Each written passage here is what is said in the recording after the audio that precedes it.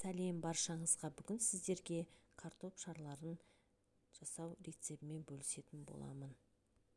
Дайын болғанша сырымызды кесіп дайындап қоямыз. Ортасына салмасына сыр салдым.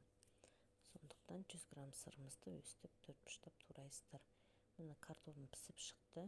Енді оны сүзіп алып, осылай езіп дайындайсыздар. Бәрін жақсылап езіп аласыздар. Содан кейін дәміне қарай дәмдеуіштер қосамыз. ұн қосамыз 1 қасық, үлкен қасықпен. Содан кейін барып қара бұрышымызды, паприкамызды және тұз қосасыздар. Дәміне қарай бәрін қосып, жақсылап араластырып аласыздар.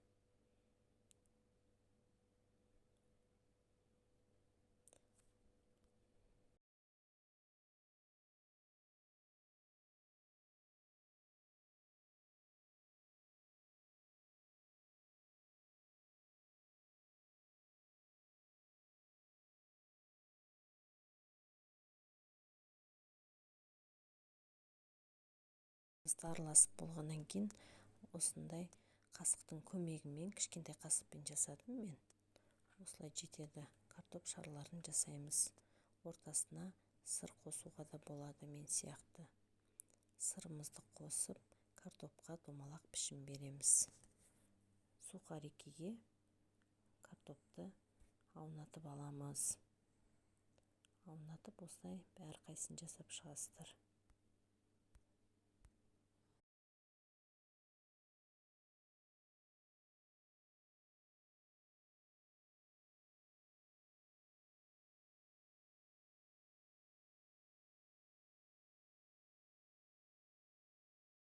Дайын картоп шарларын қызып тұрған майда қуырып аламыз.